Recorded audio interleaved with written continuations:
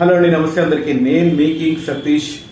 ఇంగ్లాండ్తో మొదలైన భారత్ రెండో test match. So మొదటి మ్యాచ్లో ఎన్నో అంచనాలతో, ఎంత ఎక్స్పెక్టేషన్స్తో 5 సెంచరీలు చేసి మ్యాచ్ మీద ఎన్నో హోప్స్ అయితే కలిగించి ఫైనల్లీ అయితే మన వాళ్ళు ఇంగ్లాండ్ చేతులు 5 వికెట్ల తేడాతో ఓడిపోవడం జరిగింది. సో రెండో మ్యాచ్లో ఆ తప్పులు సరిదిద్దుకుంటామని టీంలో చేంజెస్ కూడా చేశారు. బౌమరాన్ తీసేసి వేరే బౌలర్ను పెట్టుకున్నారు.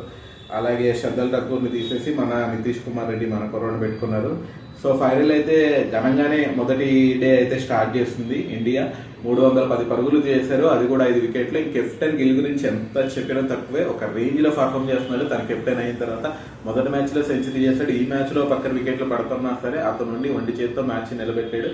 తనకి జస్వాల్ మంచి భాగస్వామ్యం ఇచ్చాడు. తను కూడా 87 పరుగులు ఏమో చేసి సెంచరీకి కొంచెం దగ్గరలో అవుట్ అయిపోయాడు. మనం ఆల్రెడీ లాస్ట్ వీడియోలో చెప్పుకున్నాం. రోకో అంటే రోహిత్ శర్మ, కోహ్లీ, ఇప్పుడు జైస్వాల్, మన గిల్, జేగి అనాలా, జైస్వాల్, గిల్ అనాలా, మరి ఏం పేరు పెడతారో ఫ్యాన్స్ తర్వాత చూద్దాం. వీళ్ళిద్దరూ ఇండియా టెస్ట్ బ్యాటింగ్ టీంని, ఇండియా పవర్ని నిలబెడతారు ఖచ్చితంగా ఫ్యూచర్లో అని అందరికి హోప్స్ ఉన్నాయి. వాళ్ళ బ్యాటింగ్ పర్ఫార్మెన్స్ కూడా అలాగే ఉంది. ఈ మ్యాచ్లో కొంచెం పంత్ కొంచెం తొందరపడ్డాడు. అయినా ఉన్నంతసేపు బాగా ఆడాడు, 25 పరుగులు చేశాడు. ఇంకా మన కేఎల్ రాహుల్ అయితే 26 బంతులు ఆడి 2 పరుగులే చేశాడు. తనకి ఎందుకో ఈ మ్యాచ్ అయితే అచ్చు రాలేదు. సో ఇంకా నితీష్ కుమార్ రెడ్డి తను కూడా ఇంగ్లాండ్ గడ్డ మీద ఆడ్డా ఫస్ట్ టైం కాబట్టి తను కూడా చాలా త్వరగా అవుట్ అయిపోయాడు. అయినా పర్లేదు, మంచి స్కోరే. ఇంకా గేల్ అయితే నాట్అవుట్ 110 ఎన్నో కొట్టే నాట్అవుట్. తను మెల్లగా మళ్ళీ 400-450 వరకు ఫస్ట్ ఇన్నింగ్స్ని తీసుకెళ్తే ఈ మ్యాచ్ అయినా గెలిచే ఛాన్సెస్ ఉంటాయి.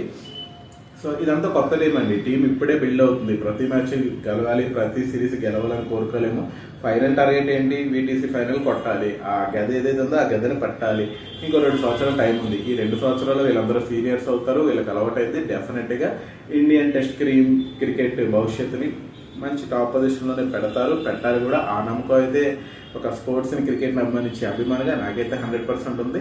సో మీరందరూ కూడా రెగ్యులర్గా ఈ టెస్ట్ మ్యాచ్ చూస్తున్నారో లేదో నాకు తెలియదు. చూస్తుంటే ఓకే, చూడకపోతే అప్డేట్స్ కోసం నా వీడియోలు చూస్తున్నానండి. రోజు స్కోర్ అప్డేట్స్ అన్నీ కూడా ఇస్తాను. అలాగే మ్యాచ్లో హైలైట్స్ ఏమున్నాయో అవన్నీ కూడా చెప్తాను. సో అలాగే వీడియో నచ్చితే లైక్ చేయండి, షేర్ చేయండి. తెలుసు కదా, నా పేరు కింగ్ సతీష్. ఉంటాను మరి. Bye, love you for all.